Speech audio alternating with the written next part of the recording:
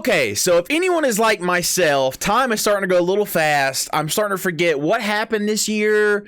I think things that happened last year happened this year. Some things that were this year I thought happened last year. So as we get to the end of things here, right, it is December 15th. I'm going to take the year in review. 2022. I'm just quickly going to go through and pop off some of my thoughts about some of these games. Some of them are excellent games. Some of them are disappointments. And we'll talk about those a little bit more when we get there. But right now, let's start off with January, right? So here's the only other thing I'll say. I'm not going to put like ports or, hey, it came here second or third, like it's making a jump to Switch now, or it's making a jump to PC now. Very few of those are what I mentioned, right? There's a couple on here, but I'm not gonna, there's a list full of those. They're on the list several times for coming to different platforms. So let's start off here. If you guys will please leave a like.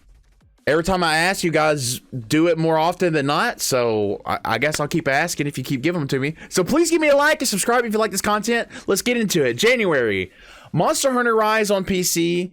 I'm starting off a list with one I said I would not do with jumping ports, but here we are. There's a couple at the very beginning, and it gets a lot less. I started seeing how it was once I made the list. I was like, I'm not mentioning every one of these. Monster Hunter Rise PC. I played some of Monster Hunter World. I have Monster Hunter Rise. I have yet to fire it up. Maybe one day. It ain't happening, probably not. But maybe one day. Maybe we'll get real bored one day. God of War came to PC. Yu-Gi-Oh! Duel Master, which I thought was pretty cool because there's, you know, some funny tournaments and stuff that get put on every now and then.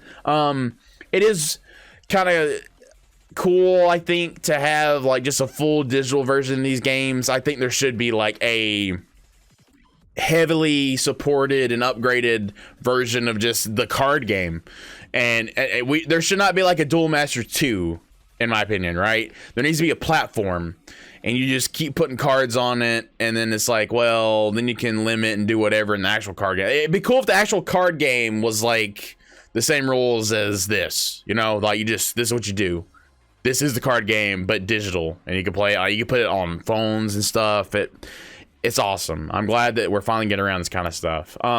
Rainbow Six Extraction, what a load of malarkey. What a stinky turd that was. I remember, I think it came on Game Pass, and everybody was telling me, they're like, hey, why don't you download it? And I was like sitting there, and I was like, yeah, sure, I'll download it. I started watching them. I watched my buddies, they were sharing it on Discord, and I was like, there's no way I'm playing this game. So, Rainbow Six Extraction, big O dookie. Pokemon Legends Arceus? I don't know how you actually say the name. But from what I saw, it was well received. I didn't play it, but pretty good take on the Pokemon. And that's for January. February, we had Dying Light 2, never played. I have some people that tell me that it was pretty fun. Sifu looked pretty good. I have not played Sifu, but I watched a playthrough. Sifu looked like a good take on the, you know, almost like a roguelike, but not really, but kind of. Like, it's a little bit more extended, right? It's a longer playthrough, it seems. But it looked fun. It looked fun figuring the stuff out and fighting. It's a cool take. Some people voted it as a fighting game. I don't think it's a fighting game, even though that's all you do is fight. I don't think it's a fighting game. Sifu was cool. Lost Ark, I got no idea, but I thought I'd mention it in here just in case you forgot. KOF 15, King of Fighters 15. It is what it is. Another fighting game. KOF, I'm not exactly a giant fan of their art style. The games seem like they're low budget nowadays. It just kind of is what it is. I guess fighters are niche. Unfortunately, Horizon Forbidden West came out in February. I played that game for a total of 35 minutes before another game came out real soon after, and that was it. That was all that we wrote for Horizon Forbidden West. That's probably on my 2023 things to do, is actually play a beat for Horizon well, there you go. I can't even say the name. Destiny 2 Witch Queen came out. I had this DLC. I got back into the game. I've yet to play any of Witch Queen. I played all the old one, whatever one with the snow and stuff was. So me and my wife have been playing that. I think I'm actually soft capped, or like right close to soft capped. So I guess that's the end of Destiny 2 again for me, because I'm not LFGing and playing all these groups. So it's kind of fun, I guess. Elden Ring. Okay, so the game of the year here, Elden Ring, came out in February and buried Horizon Forbidden West. Buried. So I played Elden Ring a good bit, and then I stopped for like 2 or 3 months, and then I came back and I just played nothing but Elden Ring. I was like, everyone's like, play this. How about you get on a playlist? No, I'm not playing anything else. I'm beating Elden Ring. Don't talk to me. I gotta focus. I'm laser focused. Don't talk to me. I'm playing Elden Ring. So Elden Ring, my first FromSoft game, it's game of the year. I think it deserved game of the year. I do think I enjoyed God of War more, but God of War is only on one platform, and I think that really does, as my buddies have been saying, I think that plays a big part into it, right? If God of War had been on every console, I don't know. I don't know if you could. I don't know how you watch a game that's better than its predecessor that was Game of the Year in many facets. Of course, it is a sequel, so it doesn't have as much impact as the reimagining, the whole new take on God of War that was the last one, right? It doesn't have that. But it's better than that in ways. And, it is what it is. Elden Ring's fucking goated. Elden Ring is great. And I'm really glad I did stick it out and farmed the bird so I could get strong and actually play the game. Learning the fights and being able to fight, take more than 1 hit, 2 hits, was really awesome. I do think in the future we'll be playing more FromSoft games. I do have Demon Souls. I don't know where it is in the time slot I'll ever fire it up. You know what I mean? Like, I have it. It's probably way more janky than Elden Ring. But they're having Armor Core come out, and I doubt it's going to be like a Souls game. But I've been wanting a mech customization game so bad for so long, dude. I was really hoping that Gundam would do it, and they didn't. Gundam's never done that for me. They always just go back to their actual mobile suits that are known. There's not like a customized version or anything, So that is February. February, pretty good month. Pretty good month. All right, let's get into March. So, let's see. March is a little... I got thoughts, right? Gran Turismo 7, I'm not a racing fan, but I always mention these things because I'm happy for those communities when they do get good games. They get things that they like and enjoy. I'm glad they get supported. Stranger of Paradise Final Fantasy Origins seemed like the cringiest, weirdest game to me. If you like it, don't hate me, all right? But the dialogue and the writing and everything, if I ever watch someone play it, like, it didn't grasp me at any facet, right? I'm just like, why did they make this game? Every time I saw it, I was like, this feels like a PS2 game. Like, maybe not visually and stuff, but I mean, like, the execution, if you know what I'm saying? Like, just seems dated. Ghostwire Tokyo came out, and I was going to play this game a long time ago, but then they started having gameplay of it, and I was just like, I don't know, it looks boring. And I think that's a bigger problem with gaming as a whole these days. Can we just make gameplay like a priority? Can you make it fun to play before we get to all the other stuff? Like, can we get a good design? Make it fun. I want to have fun. I don't want to be bored. It may look amazing and sound amazing and have pretty good acting, or it may have great acting. If it's boring, it's boring, bro. That's the point. It's a game. It's a game to be played. Make the game play good. Okay? All right. Tiny Tina's Wonderland. Yeah, I mean, my thing about these games, about these Borderlands games, I just play through for the story. Some of the jokes and clips were fine, but I don't know. I don't know. I think I might have had more fun with Borderlands 3. Not that the story was better or anything, but I don't know. It's really weird because I like Dungeons and Dragons a lot. But I don't know. Something about Tiny Tina's, it just didn't... It had no staying power with me at all. Like, zero staying power. It wasn't bad. And I know you guys that play those games, you know, you just constantly grind. It's kind of like Diablo 3. Constantly grinding gear, grind. Same thing, grind, right? Same thing as Destiny. It's just Destiny grasps me more than any of these other ones, right? That's all it is.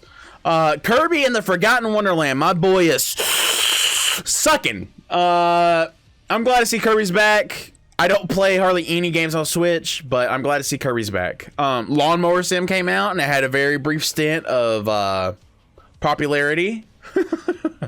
March was an okay month. April. Okay, now listen. We're getting into the dead period now, right? This is getting to where things are like, oh, what am I playing? Lego Star Wars Skywalker Collection is really good if you want to have experience for all of it. For some reason, I feel like in past memory that the games were better. And that was when I was like a teenager. I wasn't a kid when these came out either, you know? I feel like the missions were long and the missions were like impactful. And I feel like even though it has every single story, right? The missions are like, it feels like they're 3 minutes long. 3 or 4 minutes long a piece. I don't know. I feel like if you put a giant package out, right? And I mean, it is massive. But that's why there's times I just play and I'm just like walking and I'm done. I'm like, well, how's that even a level? So that's my one gripe with Lego Skywalker Collection. I think it's on Game Pass now, which is amazing. Good for you guys. Nintendo Switch Sports. I put that on here because of my old... Oh, yeah. Sneeze, bless me. Nintendo Switch Sports. I put it on here because of my old love of Wii Sports. So I haven't played Nintendo Switch Sports, but a party game is to be had. That was April. Like there's like nothing. May is worse. They had Evil Dead the game, and that was about it. That's for new games or disappointments, and depending on your take, it could be either or. You know, I see some people like the game. I don't think it's not my type of cup of tea. June, we had The Quarry, which had mixed reviews. It's kind of like a survival horror kind of narrative focused game. We had Neon White, which I still have no idea what Neon White is, but I saw it at Game Awards a bunch, so I thought I'd throw it on here in case someone is a fan. It seemed like it was a little bit more prominent than I gave it respect of. And in July, we had Kitty Cat game Stray, which deceptively good. Art style good. Story, I didn't get to see the end of it, but it seemed like it was a good game. You know what I mean? Like it is what it is. It's pretty good. Power Wash Simulator, another simulator with a brief stint of popularity. Xenoblade Chronicles 3, which was at Game Awards, and I think people that are fans of it, of that game, that title, that kind of game, I think they are pretty happy. And we had Digimon Survive. I have no idea what Digimon Survive is. I just thought it seemed like it was a little bit worthy of the list. That's July, so we got 4 games in July. August, there's a whole lot of ports and stuff, but we had a weird double fighter drop. We had Multiverses, which is WB's, all their assets, you know, LeBron James fighting Arya Stark, fighting Steven Universe, fighting Batman, Superman, all that shit. Tom and Jerry, Iron Giant. So Rumbleverse is like quote unquote like a newer Smash in a way. I mean, it's a platform fighter. It really is kind of like Smash. Is it as good? So Multiverses came out and it's doing really good. It's a free to play game. If you want to play it, you can play it right now. And another free game, Rumbleverse. Wrestling meets Battle Royale. This was really, really fun at the very beginning, and then quickly people started figuring out what to do, what was meta and all this stuff, and all of a sudden, like, you get to the last circle and there's just people standing around not doing much, just kind of running around. It was fun for the first 2 days. And then I don't think it's really fun anymore. It gets to the point where it's like people have actually adopted the game and actually know what they're doing, right? Like, that seems to be the way with a lot of things. I think games are almost the most fun in their most casual sense, where no one knows what we're doing. We're just flailing around, fumbling, bumbling, stumbling. I think that's when games are actually the funnest, right? When it breaks down, you get to meta, and you get to strategies, you get to actually learn how the game was intended to be played. I don't know. I feel like there's more of a gap. You see more of a gap, you're like, I don't really care as much about this game anymore. You know what I mean? So yeah, I think Rumbleverse is not bad. It's also free to play. If you want to play it right now, it's free. I don't think either one of these games are bad, but it makes it for a dull month still, right? You got 2 free to plays, 2 Rumbles, 2 fighters, 2, wrestlers. September, we got Splatoon 3. There's probably gonna be a Splatoon 4, probably. I don't know, but maybe. I mean, I wouldn't. Why would there not be? I think it does really good. Metal Hellsinger. It's like a rhythm game with Doom, with fighting bosses. I guess that's how you explain it. I don't know what the hell. It's a weird concept, but it did. I think it's done pretty good. Grounded full launch finally, which is great. I'm not playing it, but that's great. It's finally out and full supported and everything. Is the community has kind of helped build that game. October we're ramping up a little bit. We're getting a little bit more stuff, right? And like I said, I'm totally admitting all of these ports that are going on. There's so many things that came out to other stuff, right? But we want new. Give me the new. Overwatch 2. Ooh, little touch and go. I don't think it was needed. I don't think it added value. I don't know. I haven't played since the old Overwatch, right? And what I mean by that is I mean old Overwatch. Where I played till they made it to where you could not pick the same characters. We had to play different characters, right? Remember there used to be the same character on the side. You have 2 Reinhardts, whatever. That was crazy. So I don't know how bad queue times used to be, right? But when I play with my team, I say that lightly. My guys, my boys, we would play, and we had a 4-man, right? And we would be playing, we would queue for, like, we would cover tank, and we would cover support, and 1 DPS. All we need is 1 offensive random. And our queue times would still be like 5 minutes, 6 minutes, like right after Overwatch 2 came out. I'm not waiting at the height, the peak of your player population. I'm not waiting 5 fucking minutes, man. Are you joking? Just to get rolled because we don't even know how to play the game anymore? Like, what are we doing? You used to be able to just queue back in the day. I don't know how it was after they changed it, right? Because I was already gone after the roll queue became a thing. But I feel like, my opinion, the changes they made in this game has been like a little bit downhill, a little bit downhill, a little bit downhill, a little bit downhill. That's that. That's how I feel. Some of the characters are awesome. The game is just not that fun to me anymore. Scorn came out. It was a very artistic take on, I guess, I can't remember the guy's name or the person's. I don't know. I don't want to assume. I don't actually know what gender the person is. They did all the artwork for like the old aliens and stuff. What's the name? Cannot recall the name anymore. But yeah, Scorn was a really weird game. It is what it is. I mean, it's probably, it came out and now just go away. Plague Tale Requiem. I should play the Plague Tale games. That may be added to my list of things to do in 2023. Played the Plague Tale 1, Plague Tale Requiem, or whatever. I heard they're really good. Gotham Knights came out, and it's a mixed bag.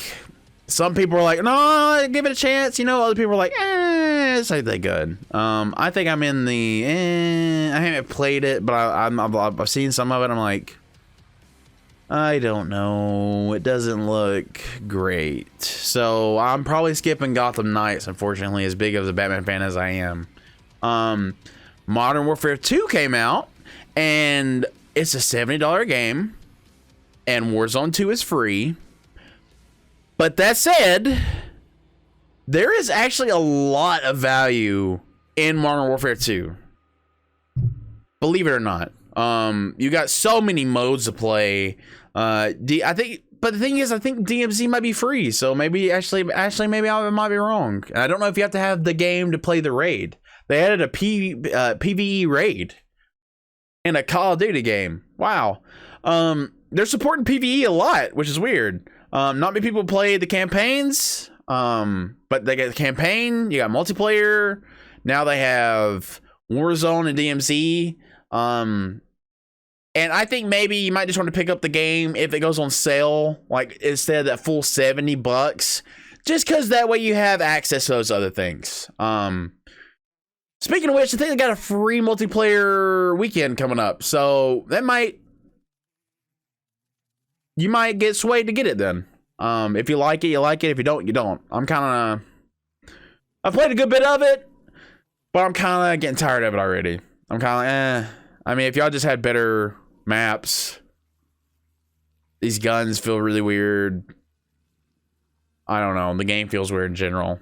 Shooting sucks. It feels bad to shoot. So, you know, it is what it is.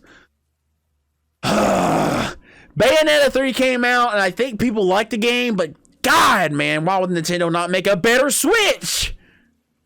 Make a better hardware, man. You got some banger games over there. You got some really good franchises, and you're just plaguing them. You're just cutting them off at the knees. Can we stop playing on a 25-year-old? It ain't really that old. I'm over-exaggerating. But can we stop playing on like a decade-old hardware? Please. When you make a new console, it's already 5 years old.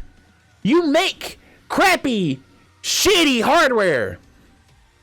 And it sells so good. It blows my mind.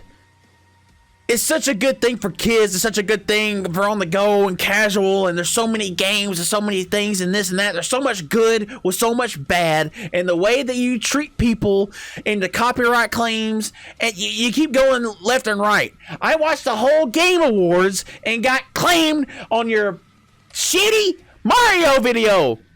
Ah! I hate you. I don't like you, okay? You make cool games, but you also suck ass at the same time. It's amazing. It's actually amazing. And it ain't the last time I'm gonna start screaming at you for the same thing. The game runs like ass. It looks like ass. And it can be so good. It's fucking ridiculous. They can't keep getting away with this, bro. But they will, because, by God, another game on here sold a bajillion copies. And it runs like dog ass. November. We had Sonic Frontiers. Good for all the Sonic fans. Please don't come in here and kill me for not talking about it anymore. I see you guys on Twitter all the time, and y'all are toxic. God of War Ragnarok came out. Banger. Absolute certified banger. So, like I've already said, God of War Ragnarok does everything that God of War 2018 did, but better. It does it even better. I like the combat even better. Even though I feel like it's a little bit more weighted, right? It feels like weight was added in the last one. This one feels a little bit spongier. Like, I am wailing on some motherfuckers, but with everything that's in the game, minor spoilers, bro, the spear is sick. Like, as soon as I got it, I was like, it makes perfect sense. He's an old Spartan. Oh, you know, and it's so cool. You throw it and blow it up, and Dude, I thought I was whooping ass. I've seen other people's videos of how quick they can like animation cancel and do stuff, and I'm just like, dude, this is sick. And the acting. If there's a level, you're looking at Everest, okay? Like, I'm not gonna bullshit. Christopher Judge and all the facial animations and stuff you can do in games now. I haven't played Plague Tale yet, right? Plague Tale's probably super good. I bet Hellblade 2 when it comes out is gonna be just as good. But God of War Ragnarok is the absolute tip top. And everyone's like, I'm tired of playing a game and walking to a cutscene. You're not even playing the game. You wail on people nonstop in this game. The cutscenes are not that super long. And the thing is, like, it's not even a great game to stream because the stuff that happens in it, if you have a developed frontal cortex, okay? I don't even know if that's what actually controls all this, but follow me. If you have a developed brain, this game is better for adults. If you are a teenager or a younger person, you are not going to understand the stuff in this. You need to hit about your late 20s for this game to really get its hooks into you. Because you're going to start seeing things, you're going to start realizing things in life differently. And God of War Ragnarok, it really hits those heartstrings, man. It really does. And it hits on things. It's just, I can't ramble about it all day, right? But God of War Ragnarok is, I mean, I still say it.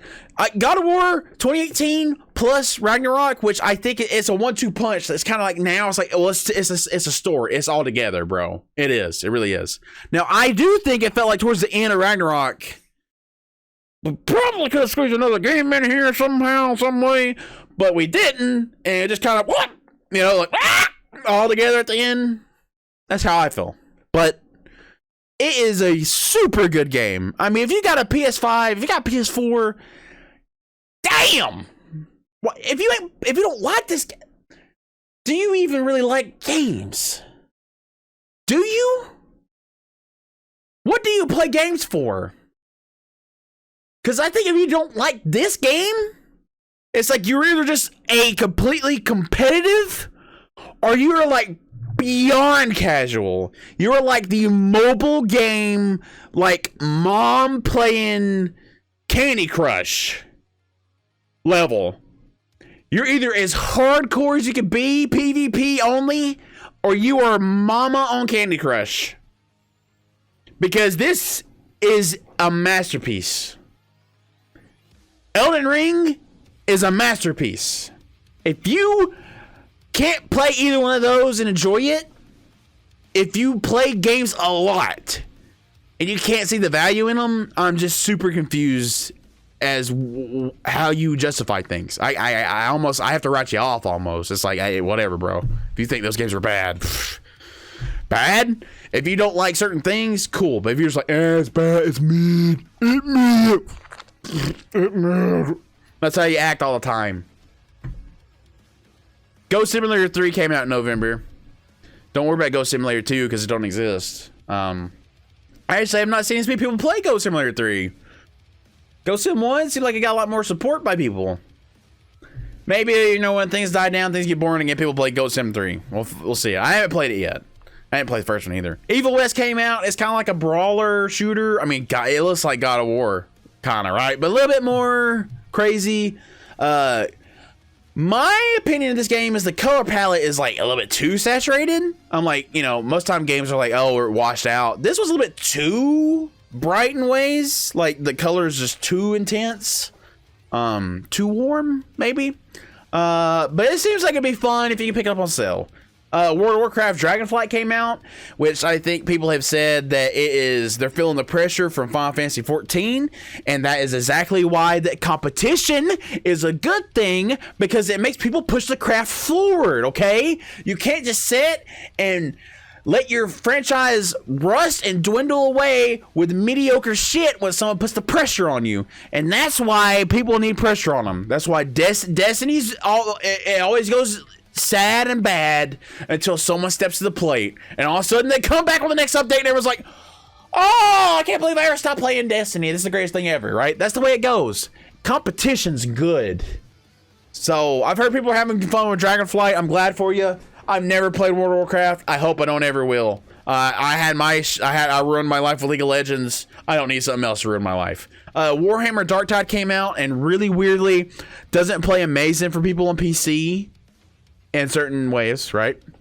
Like optimization is not the greatest. It is on Game Pass on PC, but you cannot play with Steam across the Game Pass PC. And it's not on consoles yet. What? What? I don't know, bro. Y'all figure that shit out, iron it out. Darktide's gonna be one of them games that, hey, I'm gonna come back in about a year and a half. Oh, I can play on Game Pass with other people. I can do this and that. Oh, the game's better. Cool. I'm not getting it right now. Whatever. See ya.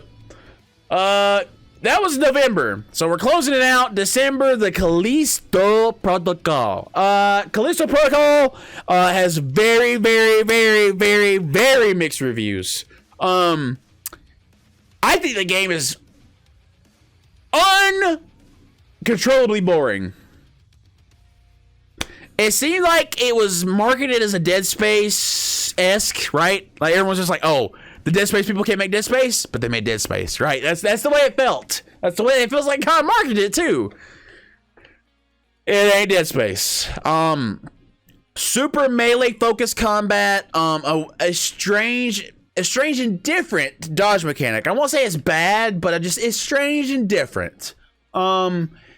But the worst thing is, like, you fight, the enemies lack variety, and when there is variety, they're still fighting the same way because the way combat works. It's like 85% melee, I would say, and then split the difference with, like, environmental gun / like the push and pull in gravity thing, right? Uh-oh, what are you doing? What are you doing, big girl?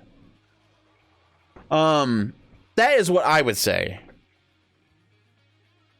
And the melee combat becomes very, very painful very quickly. Especially since if you're surrounded by people, it just kind of not great.